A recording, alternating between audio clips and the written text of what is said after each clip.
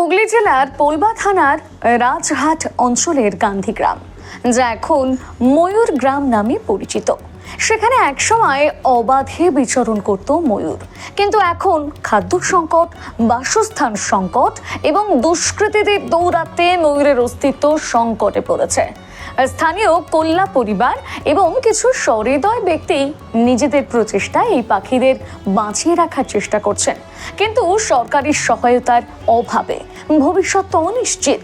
ময়ূরদের টিকিয়ে রাখতে কি উদ্যোগ নেওয়া হবে, দেখুন।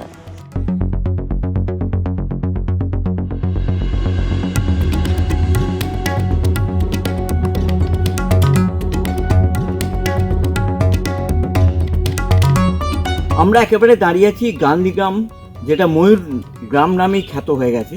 আপনারা দেখতে পাচ্ছেন যে একেবারে কল্লা বাড়ির কাছে যে ড্রামগুলো রাখা আছে, তাতে কিন্তু ময়ূর এসে একেবারে খায়, নাচ করে।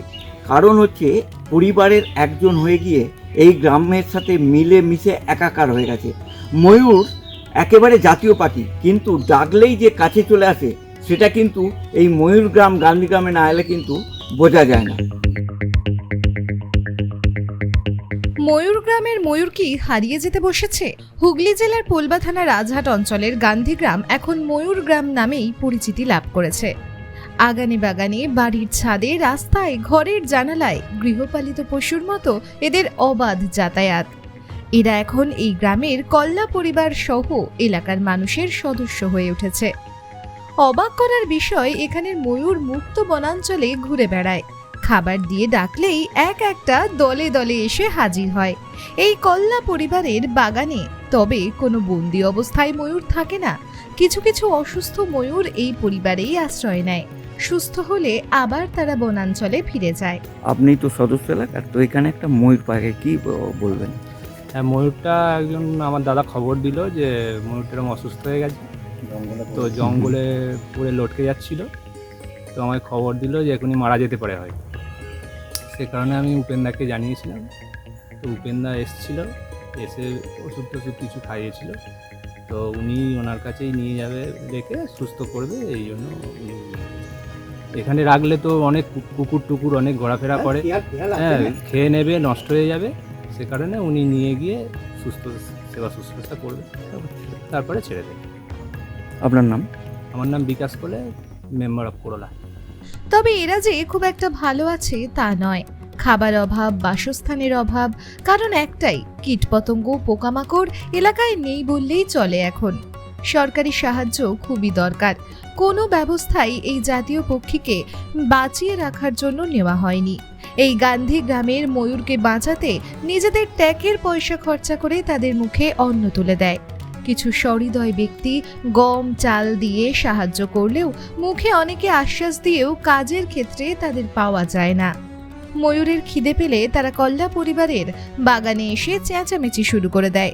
পেটে খাবার গেলেই মনের আনন্দে নাচ দেখায়, মেয়েদের মধ্যে খেলা শুরু করে। একসময় রাজহাট অঞ্চলের উত্তরপাড়া নীলমণি চক্রবর্তী পরিবার ও রায় পরিবারের মধ্যেই কয়েকটি ময়ূরকে দেখা যেত। তারপর সেখান থেকে বংশবিস্তার করতে শুরু হওয়ার ফলে বাড়তে থাকে ময়ূরের সংখ্যা। কিন্তু দিন যত গড়ায়, জঙ্গল কেটে বসতবাড়ি মাটি বিক্রি, বড় বড় গাছ নষ্ট, ময়ূরের উপযুক্ত পরিবেশ নষ্ট হতে থাকে। ওরা একসময় বাসস্থান এবং খাবারের অভাবে রাজহাট অঞ্চল ছাড়াও বিভিন্ন অঞ্চলে ছড়িয়ে পড়তে শুরু করে। সেইভাবেই গান্ধীগ্রামে প্রথমে দু একটি ময়ূরের দেখা গেলেও এই এলাকার কল্লা পরিবারের সহযোগিতায় এলাকার মানুষজন ও গান্ধীগ্রাম শিবদুর্গা ব্রতচারী মণ্ডলী সদস্যরা বেশ কিছু এলাকায় বাগানে বাগানে খাবার দিতে শুরু করে। ময়ূররা আস্তে আস্তে খাবার পেতে শুরু করায় ও এলাকার আমবাগান, কলাবাগান, বাঁশবাগান থাকায় অপরদিকে পাশেই কুন্তি নদী, তাই এই জায়গাগুলোকে তাদের বাসস্থান হিসেবে নিরাপদ বলে মনে করে। অপরদিকে এই ময়ূর সংখ্যায় বাড়তে শুরু করলেও এলাকার বেশ কিছু দুষ্ট লোকের উৎপাত শুরু হয়। ময়ূর দেখার নাম করে তারা ময়ূরকে উত্ত্যক্ত করতে শুরু করে।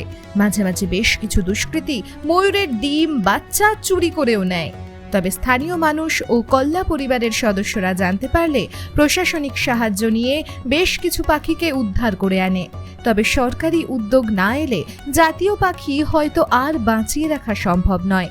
খাদ্যের যোগান ও এদের নিরাপত্তা, বাসস্থান খুব প্রয়োজন। ময়ূরদের কাছে এখন বিকল্প খাদ্য হিসেবে গম আর চালই ভরসা, কিন্তু পয়সা দিয়েও গম মিলছে না। সময় বলবে এই জাতীয় পাখি ময়ূর গ্রামে কি বংশবিস্তার করবে, না খাদ্য বাসস্থানের অভাবে আর খুঁজেই পাওয়া যাবে না এই গান্ধীগ্রামের ময়ূরদের। উপেন্দ্রনাথ কল্লার রিপোর্ট, গান্ধীগ্রাম, হুগলি। কিভাবে এরা এলো এবং এদের এখন কি সুবিধা এবং অসুবিধা? প্রায় অনেক প্রায় 150-200 বছর আগে রাজহাট অঞ্চলে নীলমণি চক্রবর্তী এবং সিংহ রায় পরিবার এবং রায় পরিবার, ওদের গড়ের ধার ছিল, গড়ের ধারে বড় বড় গাছপালা ছিল। সেই গাছপালায় এবং ওদের দালান বাড়ি ছিল, নীলমণি চক্রবর্তী দালান বাড়ি, দুর্গা দালান।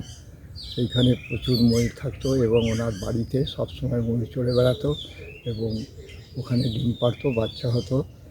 তারপর উনি খেতে দিতেন। তখনকার দিনে উনি গম নিজে কিনে গম খাওয়াতেন এবং নানা রকম খাবার দিতেন, যার জন্য ওখানে ময়ূরটা অনেক দিন ধরে ছিল। তারপর বর্তমানে ঘর বাড়ি হওয়াতে গাছপালা কেটে ফেলেছে এবং এখন ফ্যাক্টরি অনেক কিছু হয়ে গেছে রাহাট অঞ্চলে।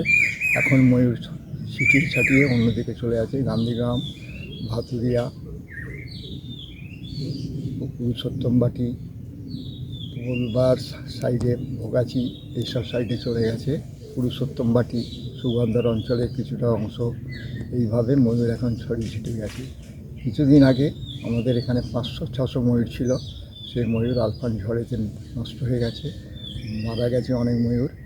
এখন যা আছে ছড়িয়ে ছিটিয়ে 250 থেকে 300-র মতো আছে বিভিন্ন এতে গ্রুপে, কোনোটায় 12টা, কোনোটা 16টা, কোনোটা 20টা, এইভাবে সাইডে আছে। এখন মোটামুটি আমাদের এখানে কল্লা পরিবারের খাবার দাবার নিজে দেয় দিচ্ছে, সেই হিসেবে ময়ূর এখন এখানে আছে। অনেক এখানে ভিড় করছে, পিকনিক পার্টি মাঝে মাঝে আসছে, তাদের জোরে মাইক বাজাচ্ছে, যার জন্য ময়ূরের খানিকটা ডিস্টার্ব হচ্ছে, জোরে শব্দবাজি ফাটাচ্ছে, এই জন্যে ময়ূর খানিকটা বিধ্বস্ত হয়ে গেছে। এইখানে আমাদের এই কল্লা ফ্যামিলির আশপাশে যে নিজস্ব বাগানে এখন ময়ূরকে দেখা যাচ্ছে ছোটো ছোটো গ্রুপে। আর কলেজের সামনে কুন্তী নদীর গায়ে ওপারে বাঁশবাগানে, শিব ঘোষের বাঁশবাগানে কিছু ময়ূর এখনও আছে। ওইখানটায় মোটামুটি ভালো ময়ূর থাকে।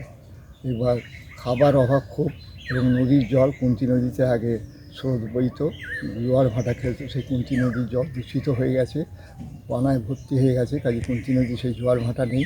ওরা কী কারণে মারা যাচ্ছে মাঝে মাঝে 2-1টা করে, বোঝা যাচ্ছে না। এখন জলের অভাবে দূষণ জল খেয়ে হচ্ছে কি না বোঝা যাচ্ছে না। কাজেই এদের খাবারের খুবই অভাব। পঞ্চায়েত থেকে কোনো কিছু করছে না, বা জেলা পরিষদ থেকেও কিছু ব্যবস্থা নিচ্ছে না, বন বিভাগ থেকেও তথৈবচ সাইনবোর্ড টাঙিয়ে দিয়ে গেছে, কিন্তু সে সাইনবোর্ড ওই নামতে বাঁচতেই সাইনবোর্ড সব ভেঙে চলে গেছে, কিন্তু কাজের কাজ কিছুই হচ্ছে না। এবার মাঝে মাঝে অনেকে আসছে এনজিও থেকে, মাঝে মাঝে 2-1জন আসে, এসে কিছু কিছু খাবার দিয়ে যায়। ব্যক্তিগত এতে মাঝে মাঝে আসে অনেকে ময়ূর দেখতে, তারাও কিছু কিছু খাবার দিয়ে যায় এক একজন, আবার এক এক সময় আসেই না। কাজে খাবারের অভাবটা খুব প্রচণ্ড, এবং গাছপালা ক্রমশ ফাঁকা হয়ে যাওয়াতে এখানে কিছু গাছপালা আছে, যার জন্য এখানে ময়ূর এখন দেখা যাচ্ছে। এই নীলকণ্ঠী ময়ূর বিরল প্রজাতির ময়ূরকে বাঁচাতে হলে খাবার অবশ্যই দরকার এবং গাছপালা বাঁচিয়ে রাখা দরকার। আপনার নাম? রবীন্দ্রনাথ কল্লা, এক্স টিচার। উপেন্দ্রনাথ কল্লা, হুগলি।